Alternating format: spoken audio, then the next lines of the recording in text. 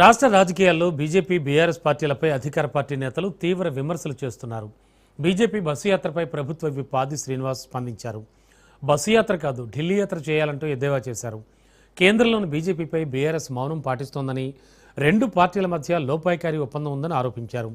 రైతుల సమస్యల పేరుతో రాజకీయాలు చేస్తున్నారని మండిపడ్డ నేతలు ధాన్యం కొనుగోలు అంశంలో ప్రభుత్వాన్ని తప్పు పట్టడం సరికాదన్నారు.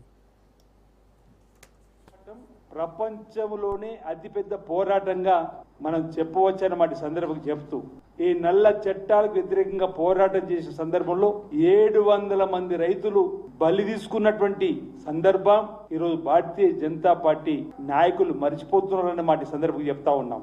రైతు ఉద్యమానికి నరేంద్ర మోదీ గారు దిగివచ్చి రైతులకు క్షమాపణ చెబుతూ ఆ నల్ల చట్టాలను రద్దు చేసుకున్నటువంటి మీరా ఈ రోజు రైతుల గురించి మాట్లాడదని చెప్పిన మాట సందర్భంగా బాగా గుర్తు.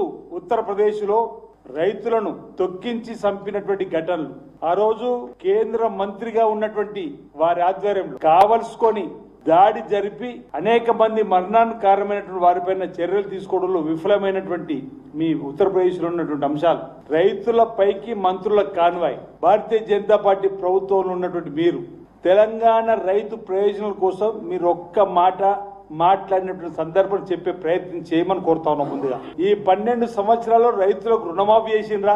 ఇక్కడ ఉన్నటువంటి గతంలో బీఆర్ఎస్ ప్రభుత్వం వరేస్తే ఊరి అన్నట్టుగానే వారికి మద్దతు ఇచ్చి మీటర్లు పెట్టాలని చెప్పని రైతులపైన ఒత్తిడి తీసుకొచ్చేటువంటి కార్యక్రమంలో ప్రభుత్వం పైన ఒత్తిడి చేసి కార్యక్రమం చేసి గత బీఆర్ఎస్ ప్రభుత్వ హయాంలోనే ఒప్పందం జరిగినటువంటి సందర్భాన్ని కూడా గుర్తు చేస్తా ఉన్నాం.